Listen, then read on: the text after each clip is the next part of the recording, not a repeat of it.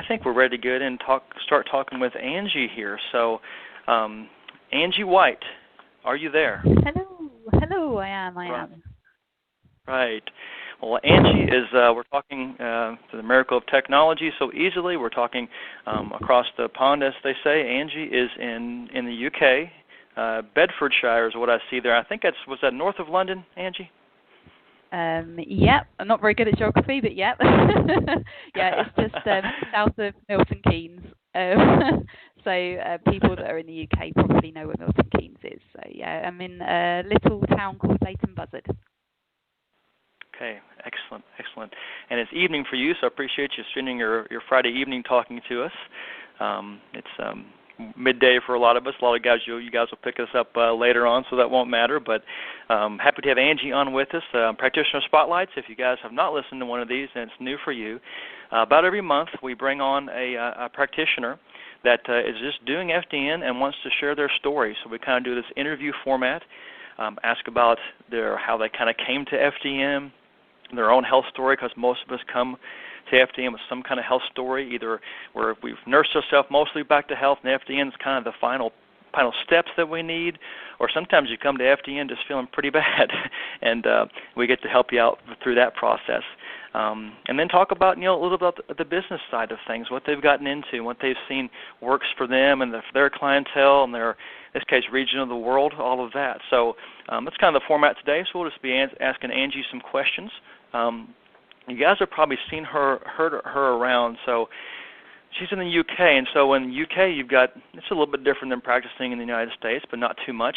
But I think you guys have seen her a lot of times on the forums. She's been really active on there, just helping out, encouraging, talking with other people. So appreciate the spirit that she comes to FDN with, and she, as part of the family, is just that we get that with that. So happy to have her on talking with us here. So looks like, Angie, you graduated actually about a year ago or so kind of a newly minted graduate. But I was going to say, talking to you and reading some of the things you've written, you're really starting off really right. So we'll get into that some too a little bit later here. But excited to have you part of the family and get going. First question I was going to ask you, so over in the UK, are people over there, are they the picture of health, perfect specimen, or do we have this kind of the same problem we see in the US? Yeah, it's the same. There's okay. a lot less people. But yeah, I mean, absolutely. You walk around, you literally just leave your door. Yeah, I said actually the other day I was talking to somebody and I was literally like, I just want to give that person a hug, because like there's just so many people that you can just tell they need FDN. And actually, my boyfriend has started sort of spotting people that he says they need FDN in. That's his term now. Yeah, I've managed to educate him as well. But no, there's a lot of people out there that need help, and I was one of them. Yeah, it's definitely a market there. Mm-hmm. And it's not just necessarily, I say, if they're maybe overweight or something, but I think what you're maybe talking about is just, maybe their complexion, or beyond that, just their demeanor and the mood and how they seem. Health affects so many different areas of the person. Yeah, absolutely. You see people that just look drained as well, like they've got no life in them, so to speak. So it's difficult sometimes because you want to help everyone, but you can't. And also, people need to be in the right place to be wanted to help. So you can't push everything onto people, and that's something that I've learned. I kind of already knew that really before I started this, because just through like years of, we can talk about that in a bit, but it is sometimes hard. You have to kind of refrain, I think, sometimes from trying to let everybody know everything because you can bombard people and overwhelm people, and sometimes that can actually have the opposite effect, I think. Mm-hmm. I agree. It's about timing for some people, for a lot of people. Exactly. Yeah. Exactly. So how did you find FDN? How did that come about? I basically, there's a guy that I know, Keith Tucker. He's got his own personal training business.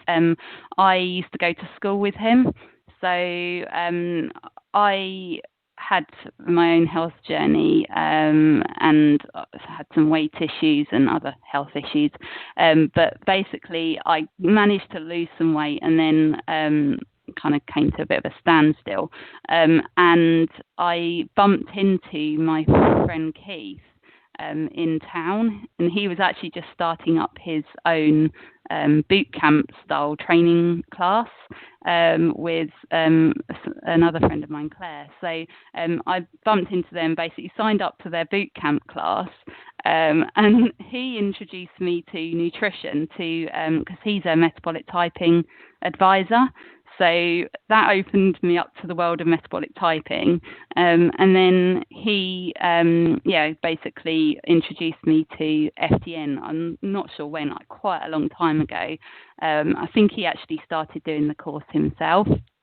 And so it was always kind of in the back of my mind, but I don't know what clicked. I started working with an EFT practitioner, Liz Hancock, and we were doing a lot of work on like compulsive eating and sugar addiction, that kind of thing. But we started talking about like more of my business goals and my career aspirations, and something clicked one day. I was just in a completely like no sugar in me. I'd completely detoxed, and I just decided that I wanted to do FDN. I wanted to do the course. I wanted to help people, and so that was when I kind of actively looked for FDN, and obviously came across the course, and I went backwards and forwards a little bit. I had to think about it. Do I want to do this? Do I not? It's like at the time it's kind of money and everything. I think it was was it Brandy? I think it was Brandy that I was chatting with, and she was like really supportive. In the end, I made the decision. I was like, yeah, I'm going to do it, and signed up, and the rest is history. All right. Well, that's cool. That's a nice thing for somebody to share with you that, especially, depending on I guess where they are in life. People have those interests and things, and like I talked about before, some people want to make a career change. So I believe I'm looking at what we talked about before. You did make a career change then. So you're coming out of an accounting background, is that right? Yeah. So I'm actually still, I am an accountant. I guess I always will be. But I'm actually a SAP consultant now. SAP's a financial system. You've probably heard of it. But so I'm kind of in limbo at the moment. I was put at risk of redundancy. I was basically told I was made redundant last year, and then they seconded me into another role. So I'm now kind of in that role whilst building my FDN business. So at some point, I'd love to kind of make the shift over to doing FDN full time, and at the moment, I'm kind of doing it part time in the evenings, at weekends, any chance I can. I love it. I'm so into it. Just even if I wasn't doing FDN, I would still be doing something to do with health. It's just this has sort of allowed me to actually make some use out of and practically apply it to a business scenario. So it's fantastic. Well, it's your fun job, right? So yeah, other ones, the other job you have to do. Maybe this one's a little more. Maybe they both are good, but FDN is probably more fun. Yeah, well, that's like kind of similar in some respects. I'm quite being an accountant with an accountant background. You can imagine I'm quite sort of analytical. And so I think that's where the testing side of things really appealed to me. I love analysing test results, and it is really important to obviously get the clinical correlation and making sure that you're not literally just looking at test results and there's a person behind that as well. But yeah, I do love like the analytical side of things, so that really appealed to me. But also in my accounting job and also in my current SAP consultant role, I I love helping people. I've always been somebody that likes to kind of train people and help people to learn things that they don't know, and so I guess they're kind of similar in that respect. So yeah. Indeed. Yeah, thought processes are kind of similar. Yeah. Yeah. Exactly.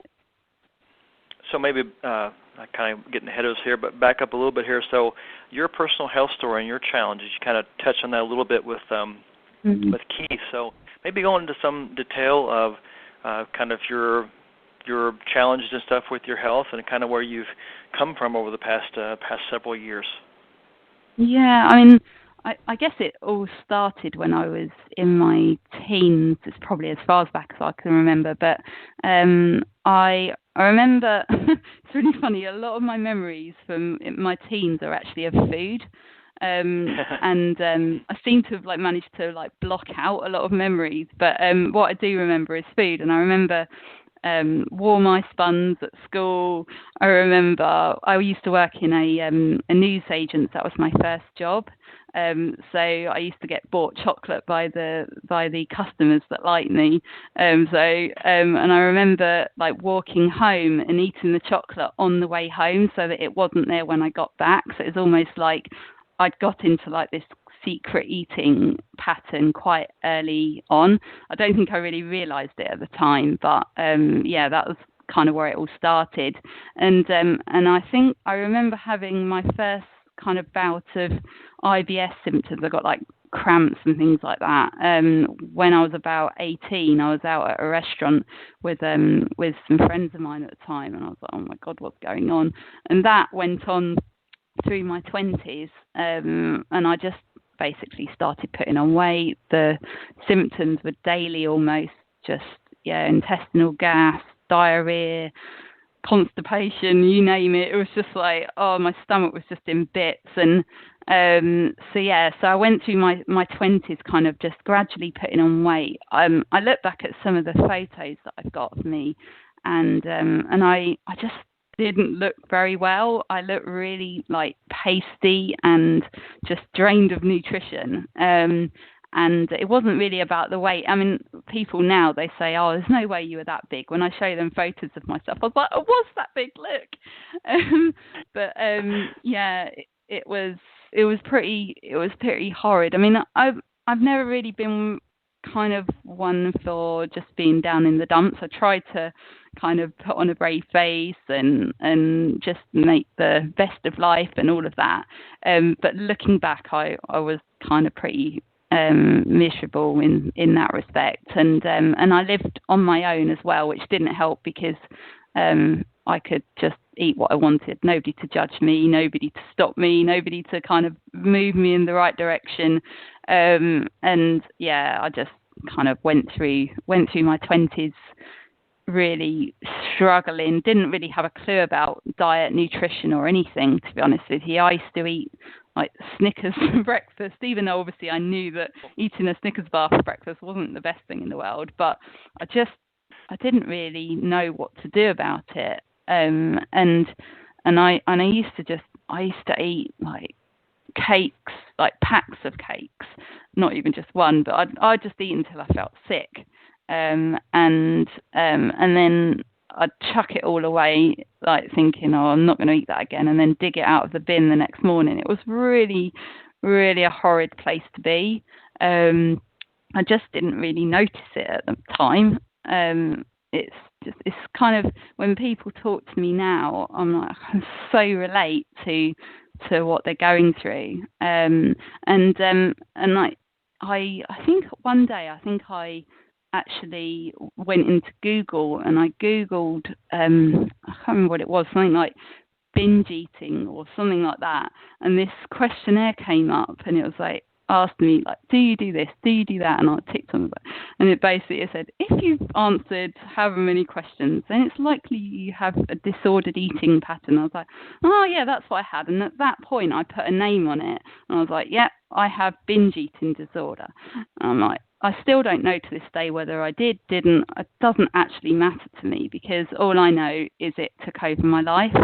And it just became such a huge part of every day in one way or another. I worried about what other people thought about me, whether other people saw me eating, what would they think, and yeah, it was pretty rotten. And it got to the point where basically, sorry, I'm going on. It got to the point where I was like really constipated. I wasn't going to the toilet like more than maybe once, twice a week. And that was really, really uncomfortable. And then I started getting lightheaded as well. So yeah, it was definitely when you're looking at the stress cascade, looking back, I can kind of see how it was just the bucket was getting more and more and more full, and my response to stress was just getting out of control really. Yeah, that's kind of the biggest issues I think I had was around the compulsive eating, and the weight gain was really just as a result of all of the rubbish I was eating, and the hormone imbalances and all of that were coming about. So it for me, like when I bumped into Keith and I started doing the bespoke nutrition, for me that was huge because that was like a massive turning point in my life. I started like being introduced to people that were in the health industry in various different ways, and just started getting into exercising as well, which I hadn't really ever done before. I'm quite a lazy person, really, like naturally. Probably shouldn't say that. My coach would probably tell me off for saying that. But since I've been like little, I've never really done a huge amount of exercise. And even still to this day, I have to really push myself, even though I know it's good for me and I feel great afterwards. I really have to push myself. So yeah, starting to eat well and do exercise was massive for me. Sounds like kind of metabolic chaos in action there. That stress cascade you're talking about, things just start to get worse, unravel, and go from there. Yeah, totally. Yeah. So was your first step, so you kind of realized that there was a problem. Well, you knew there was a problem, but then you got a name for it.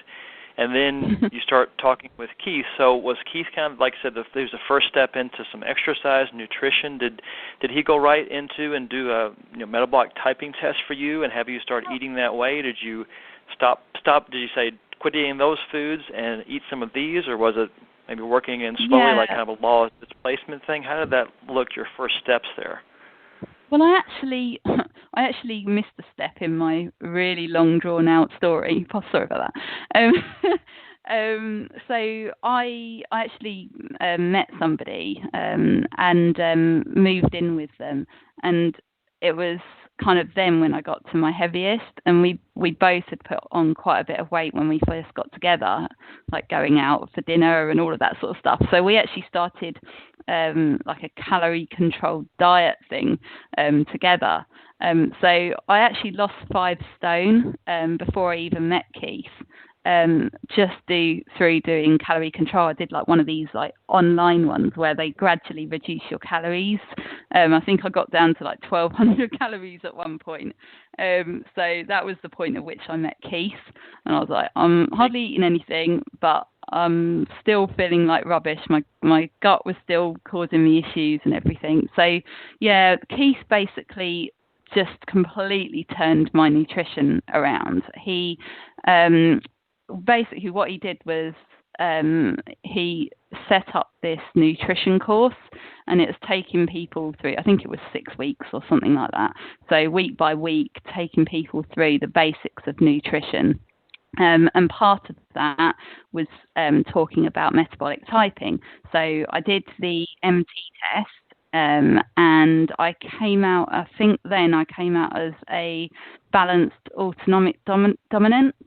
So I was quite happy with that because it meant I got to eat more, more different types of foods. It just got a bit complicated trying to match the purples and the greens, but yeah, other than that, I was quite happy with it.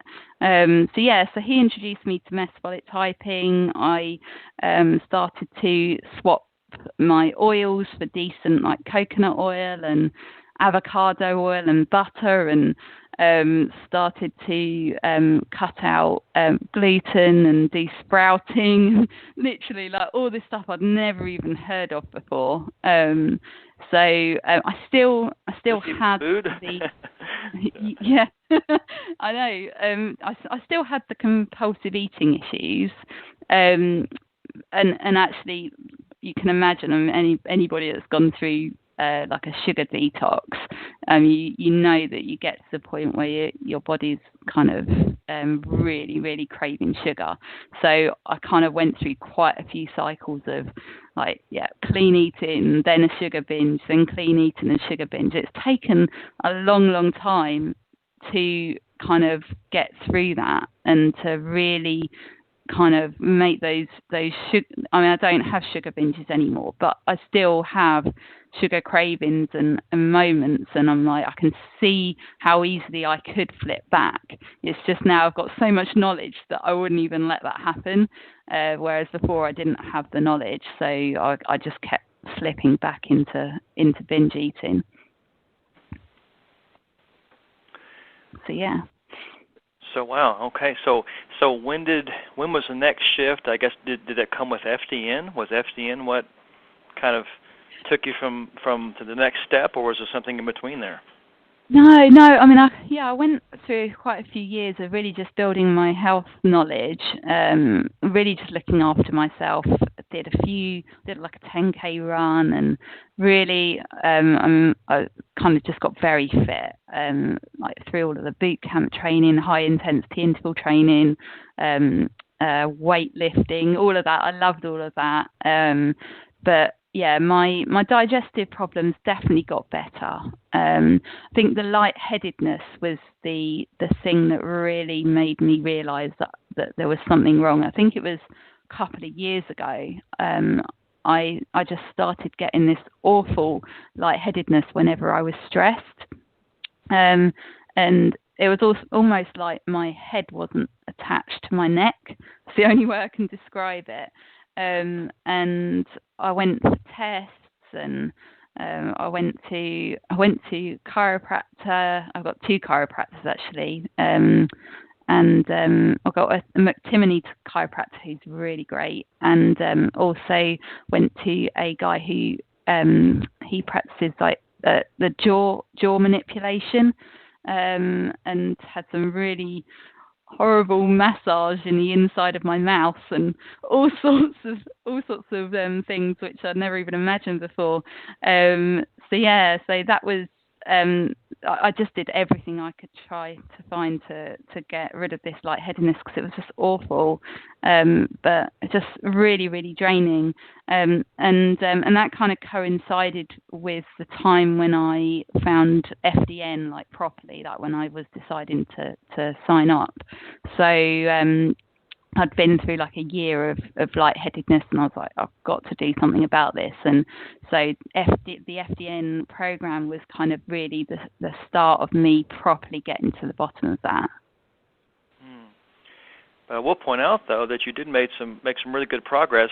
Well, I guess we consider metabolic typing somewhat of a lab, but really no labs that you ran. You just started working on the diet and the rest and the exercise and stress reduction through chiropractic and various other means, and you started to see some real progress. So that highlights just the power of just making those changes. That's our main tools. We just, with the labs, we have a little more information and we can be a little more targeted in our recommendations, but it just shows you the power of those simple, well, on the surface, very simple lifestyle changes. They're hard sometimes for the person to do, or there's challenges and there's ups and downs in that process that you have. But it just tells you the power of just living a clean life and getting those things in alignment. Yeah, definitely. I mean, yeah, for me, because it is actually really funny, because when I was doing FDN, I kept going back and saying, yep, Yeah, I know that. But I got told that. Literally, like the amount of things that I read, I was like, yeah, okay, I probably should have done that. I should have done that, because I've been told so many things along the way. So I've had a brilliant education. Really lucky, because I came to FDN and it just sunk in, because I had kind of been immersed in that in the past. I found it quite easy to kind of really get going with the course. But for me, the biggest thing about FDN was about having it in black and white. When I had my 205 results, I was like right down by the skull and crossbone. And oh. yeah, that kind of gave me a bit of the kick up the backside that I wanted and that I needed, just to really kind of keep me motivated the whole way through the program. And that was what I've missed, I think, previously. I kind of knew deep down what I needed to do, but it was almost like there was this like devil part in me that was always trying to look for an excuse not to do it. And by having the results in front of me, I didn't have that excuse anymore. Major point right there. Exactly. That's one of the reasons why we do run labs. It's, yes, we need the information, but also, too, that client may need the motivation. I know a lot of people have come to me, and I'm sure you guys have the same experience, and they come just based on those basic blood scores that they ran, and numbers don't look very good. And so, see, that even though we need to get them beyond those numbers can tell us something, there's more to look at than those, it still was motivating. So, and that's even with the follow-up testing too, right? So you're seeing progress is being made, or things you need to continue to work on. It does work. All that kind of comes together for it to elicit change, and obviously it's going to be good change for people. So that's a big point there. That is one of the reasons why you have those black and white labs in front of you. That's for sure. Yeah, no, definitely. So, yeah. Yep. So as far as running your own labs and going through that, lots of things to work on, I guess, or did it take you some time to work through them, or had you done a lot of the groundwork already? What did that look like? It was. I think I'd done a lot of the groundwork already. I mean, my diet was pretty clean. I guess I committed mentally to having a period of time without any sugar or gluten or all of the things that you cut out. So I guess it was probably a bit cleaner from that perspective. But no, I think the biggest difference was probably the supplementation. And so yeah, I kind of went all in with the entire supplementation protocol, and and I ended up having to cut it back a little bit in the end because it got a bit on the expensive side. So, but I'm glad that happened, because it helps me to relate to people as well when they talk to me about their concerns around the money and everything. So it was really good, because I worked with Whitney, and she was my mentor, and we basically just talked about how we could kind of cut that down a bit to make it a bit more financially manageable. But yeah, I think the supplementation, also sleep, getting consistency. For me, I think consistency has previously been my biggest letdown. Like I could do the right things for a period of time, but because I wasn't getting that consistency around like my sleep cycle and my diet and exercise, not so much, because I kind of had a bit of a routine around that. But yeah, it was just really good. I think the FDN program just helped me put that structure in place that I really felt like I needed. And I think it was that consistency that really made the difference. I think it's a lot of what people come to FDN.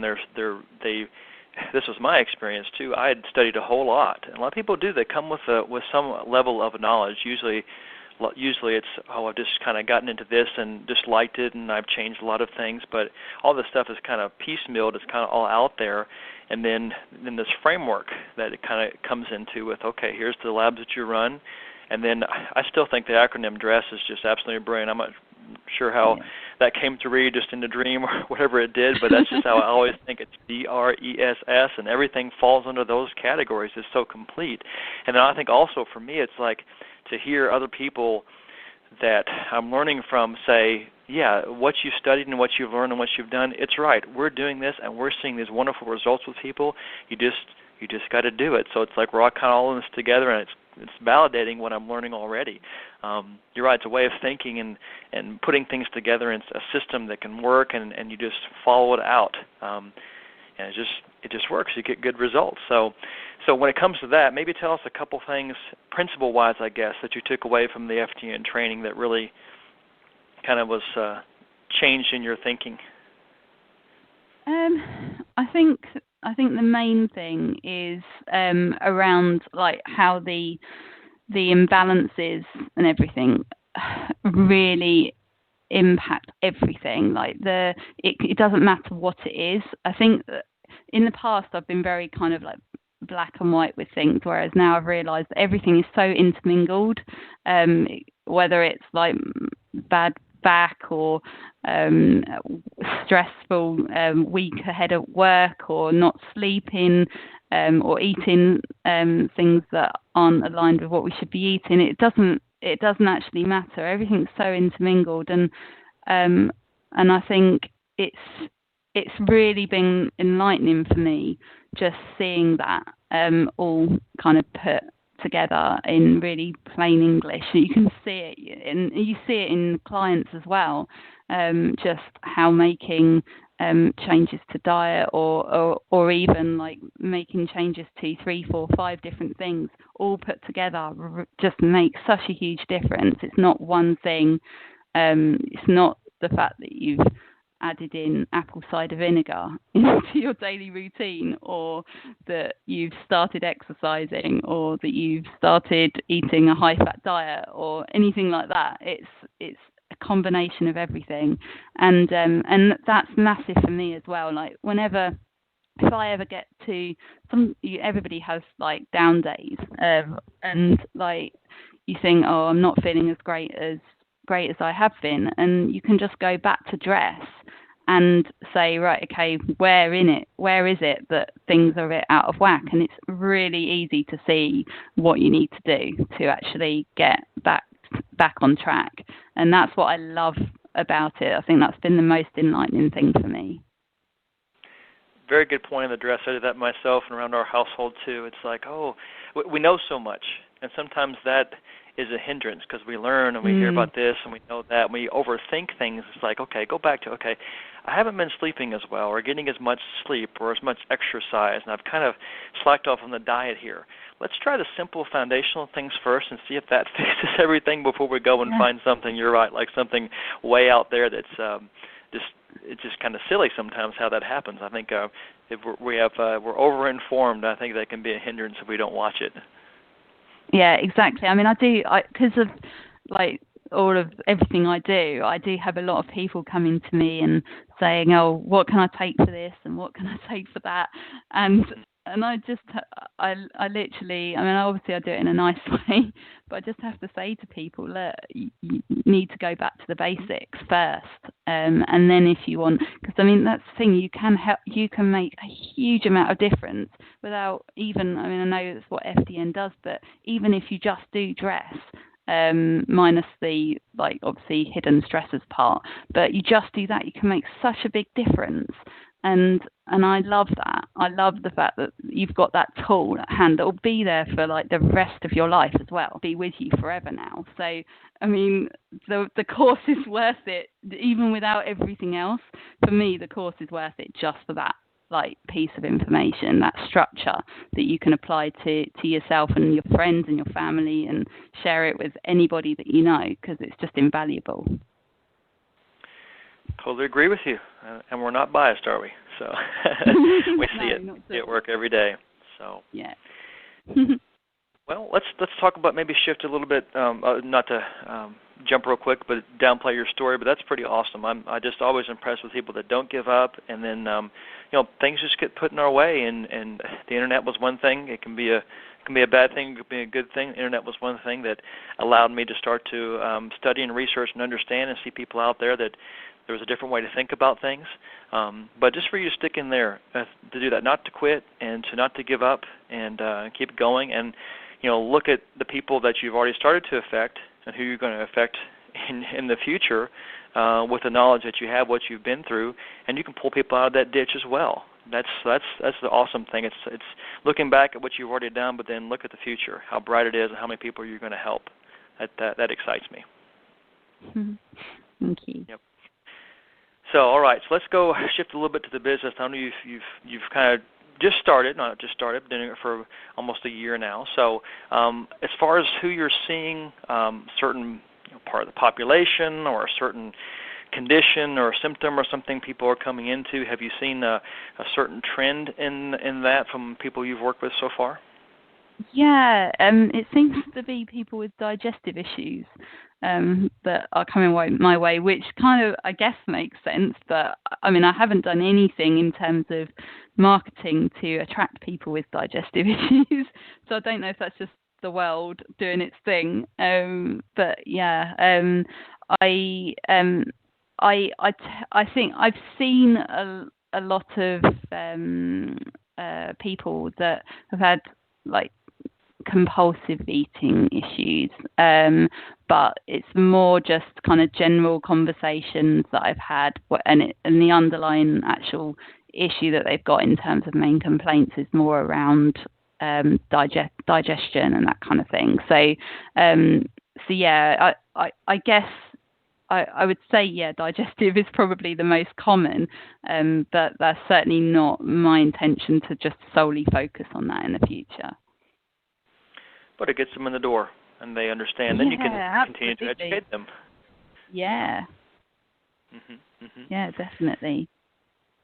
So maybe brag on yourself here a little bit too. So what things have you started to see reverse and change with your folks? What are some of the successes you had so far?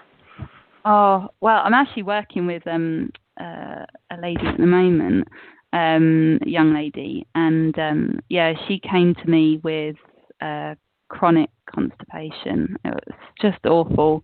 She was going to the toilet like once every couple of weeks, and in severe pain, and yeah, so she was obviously not in a good place, and I actually spoke with her parents as well. She got referred to me through a friend of mine and they actually wanted specifically a food sensitivity test, which is actually all we've done at the moment. But this kind of like goes back to what I was saying before. Before I'd even got the food sensitivity results back, we did the basic dress protocol, and I think she'd been in this position for about a year, so she'd been in a lot of pain for a long time. For a young lady, and yeah, she within I think about 2 weeks of applying the dress principles, she wasn't in pain anymore. She was going to the toilet a lot more regularly. She's now got daily bowel movements. So yeah, I love it. This is why I do what I do. I just love the fact that I've made that difference to somebody's life and being part of that. It's so amazing. And I actually spoke to her parents as well just before New Year, and it was just really great just to hear how because they don't get to see her very often, and they really noticed the difference in her when she came back home. So yeah, that was a really great thing to hear, and just keeps spurring me on really to do what I do and to learn more and to keep helping more and more people and just try and get as much experience as I can with as many people as I can, and just keep learning along the way, really. That's all we can do. Mm-hmm. It's one of the best ways to do it is to get out there and do it. That's what my advice that I heard in the beginning. It's like, okay, you've done the course, you know what you're doing, get out there and run labs, work with people, and that's where a whole lot of that experience will come from. Yeah, exactly. That's sure. I second that for sure on the gratifying part of that, because it's a business, and it puts food on the table, all that good stuff. But that's not the big motivation. It's the helping of people and seeing lives be changed. I think we can't really. It's almost like little bit cliche, but that's, I think, a lot of what we're doing, and their motivations motivate me, because I want to get better healthier for my children or for my family, or I want to be a better servant in one way, or an employee in one way, or to do this, or I have this call in my life, or I have something I'm trying to do, and this is holding me back from that, or even just plain old enjoying life and enjoying every day. Those things tug at my heartstrings, and so okay, that's one thing that can motivate me to want to see somebody's life be improved, and it's amazing how we do it just through health, and that health is wealth, they say. So definitely agree with that. That is very, very gratifying, and just taking somebody through that process, and I think also too for me it's the person too. You have that really close connection with somebody else, and you actually usually you find friends too this way. Mm-hmm. Not everybody works that way, but usually some sort of friendship connection gets established there too, and people get to enrich your life as well. So I think we both parties win when you get involved with somebody like this process. Yeah, absolutely, totally agree. Yep. Agreed. So what you've been seeing so far, let's talk about a couple things as far as when it comes to clients. So first thing is, what are some challenges that you see? What do people seem to have challenges with as far as actually doing the program or getting started in it? And then maybe you can follow up with what qualities do you see that tend to make a really successful client? Maybe you can kind of compare those. Well, yeah. On the challenges side, the main issues that I face are money is a big thing. Just really on the money side, it's I think more kind of convincing people, which is what it feels like sometimes, but convincing people that their health is worth it. Like it really, and it's trying to really have that conversation with people, because it's like you say to people, this is how much the labs cost, this is how much supplementation can vary depending on how much is recommended, or how much they decide to go with, and then you've got then my fees on top of that. So it's to some people that's quite overwhelming, and the approach I generally take is I just kind of I do have a process that I go through, but I tend to try and give people space. I'll give them space on the call, I'll give them space afterwards, but I will follow up with them. So that approach I find is quite good. It usually brings people closer to you. If you're not forcing it on them, or kind of making any type of like judgment or anything around that, I find that people are more attracted to you, and you build a stronger relationship with the client as well that way. So that's more long lasting. Because what I'd hate to do is to start a program and then do the tests, and then get like 1 or 2 months into the protocol, and then decide that they just give it up because it's just supplements too much or whatever. I'd hate that. That wouldn't be a good relationship to have. It's not good for them. It's not good for me. So that's probably one of the biggest challenges I find, just really kind of striking that just right. Alcohol is a big thing as well. It's usually like when I talk about the things that we remove, alcohol is usually the one that I get the kind of groans and the gasps and whatnot from. But yeah, I mean, people that are motivated, 9 or 10, usually they'll be okay. Yeah, I can do alcohol. So yeah. Gotcha. But yeah, in terms of kind of ideal people to work with, somebody who's like really committed financially, and just mentally committed to this whole process. They don't necessarily need to be somebody who's like got debilitating things, but they just need to be committed, whatever whatever motivates them, they need to have that. And that's what I love. I love working with people like that. And everybody has sort of things that cause them issues throughout the program, and that's what I'm here for. That's what we're all here for, is to support people through that whole process.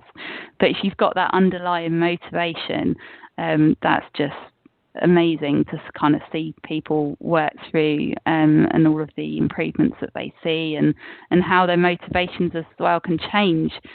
People might have had like a really low expectation when they started. They just want to be able to have a good night's sleep. Like, that's debilitating. Like, not being able to sleep is just awful. So to then be able to say, right, actually my new motivation is to do a 3K run, or something like that. That's huge, and to sort of see those motivations changing throughout is just amazing. You're right. Commitment, motivation, and it's that what I like. It's neat is that a lot of times if there's a mental challenge, emotional challenge, when you get that body working better, those challenges aren't quite as strong as they were. So everything kind of snowballs in a positive direction, with mental, emotional, physical, and things almost get, in a way, easier. There's some humps to get over, but so much of it just becomes easier. You handle stress better. You can think more clearly. Emotions are more balanced when you do this kind of work. And life becomes a little easier. You can focus on the important things again. Absolutely. So how about as far as you've got things structured with your business? What do you have, packages, or how does that work for you right now? Well, it is early days, and it seems to be shifting quite a bit. But I've got 3 packages that I've got it all laid out on my website, and I've got basically a Genie Kickstart program, which is just to really kind of get people going with the basic diet, rest, exercise. It's more primarily around the diet side of things. So it's just kind of an insight into a healthy lifestyle. And then I've got my Genie Detective, which is my FDN program, which is I've got a basic and then a kind of a middle program and then a pro program. So it ranges from 3 to 6 months. I'm actually thinking about scrapping the 3-month one, just because I just don't think it's long enough. I think for me, 6 months is really a minimum, and I think when we're talking about the whole money side of things and commitment and just setting expectations, I think by offering a 3-month program, I could be misleading people, and I don't like to do that. So, I'm thinking about shifting that around a little bit. And then I've got a Genie Detox program. It's like detox your home. It's something I've always wanted to do, just really going into people's homes and helping them to kind of detox their cupboards, their sleep space, just everything, so that it kind of gives them the best chance of success. So kind of combining those 3 things is hopefully giving people the best chance of getting the most out of the FDN process. Sounds like a good plan to me. I like that. What about marketing? So, is it word of mouth right now? Are you getting out there, in the community, or using technology? What does that look like currently? Well, I'm a member of the AFDNP, so I had a really great referral come through actually, for a lady who's based in Ireland. So I'm hoping to hook up with her. I've managed to connect with her before Christmas, but she's looking for somebody. She's a different type of practitioner, but she's looking for an FDN practitioner to run tests. So looking forward to seeing where that goes. I've had referrals, and I've also got my fiance is actually an amazing digital marketer, so I'm very, very lucky. I'm in a really Yeah, he's amazing, and in a lot of ways, obviously. And yeah, he's really helped me get my website kind of SEO friendly, and I've got a kind of ClickFunnels, a funnel that I've set up for the new year, which is to give people a 3-month recipe program, but that's basically something that I'm hoping that will help people get to my website and then really just start sharing the word about FDN. And I'm also going to be doing weekly podcasts, blog. The way I'm hoping to structure it is to do a blog and then to do a 1 or 2 minute video which summarizes the blog, put that on YouTube, and then to do like a 15 or so minutes podcast which just talks in a bit more detail. So I'll talk about like different elements of diet, rest, exercise. I'm really massively into biohacking, so probably some strange subjects around like cold thermogenesis and all that sort of stuff.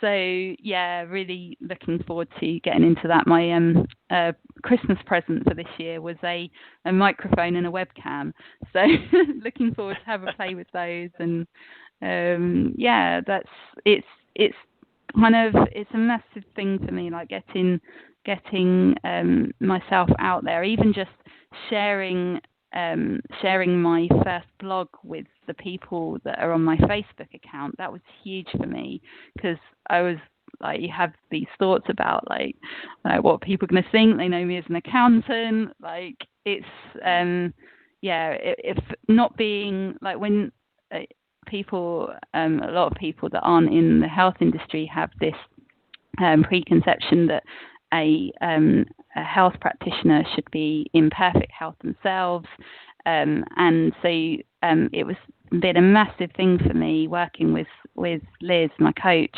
to really realise that actually I can help people. It doesn't matter that I'm not in like perfect, I'm not exactly where I want to be health-wise. I'm still going through my journey, but that actually helps. It means I can actually relate to people, and working with her to kind of understand that and to really release those fears has been huge. So the day that I actually posted my first blog post on my personal Facebook account was like, literally, I was shaking. I was so nervous. But afterwards, I got such an amazing response. My friends, just everyone, were just so supportive. And even the people that I work with, they've just been fantastic. So my boss knows I'm doing what I'm doing, and yeah, it's just been such an amazing experience, the whole thing. So yeah. That's terrific. That's one reason we wanted to have you on, because we knew you were early on in this, but had everything in line and in place where you needed to, and we're off to a great start and having some good responses from people. So that's terrific. I can't see it but go bigger and reach more people and just do this awesome work that we're doing. So one thing I noticed that you wanted to talk about a little bit is just maybe connecting with some people over in your part of the world. Do you want to give a little bit about that, maybe how to reach you if you guys want to kind of connect? Yeah, absolutely. Yeah, I mean, if anybody wants to connect with me, you can either come through my website, there's a contact me page, or you can email me directly on angie@genienutrition.com. Yeah, I would absolutely love to start building a group that meets ideally. We can do Skype calls and things like that, but just to really support in the UK, but also Europe, so that we can discuss some of the complexities around postage and tests that we can't necessarily get here, supplementation, that kind of thing. Really, just to support each other and hopefully build that international FDN presence as well. I would love to start to really spread the word in the UK, so that people just, when you say FDN, they know what that is. So that's one of my goals for this year, is to do that. And I think if we can really sort of build a great group that supports each other, there's plenty of people out there to help. So it's not like we're in competition with each other or anything. I'd really love that. So yeah, if anybody wants to join me in that, then drop me an email or come through my website, and we can have a chat and hopefully sort our first meetup out. That sounds awesome. So that's Angie, ANGIE, at Genie, GENIE, nutrition.com, or AFDNP forum. I'm sure she's on there. Connected with her that way as well. I know yes. She's active. I am. So wonderful. Everybody joining together, a big community, a big family. So, well, we've got about 20 seconds left, Angie. Just want to say thanks for being on. Good job going through everything, talking about your history. Thanks for sharing all that. And I'm sure we've encouraged a lot of people today. So stay in touch with us. I'm sure we're going to hear more from you. And it's wonderful having you on. Appreciate that.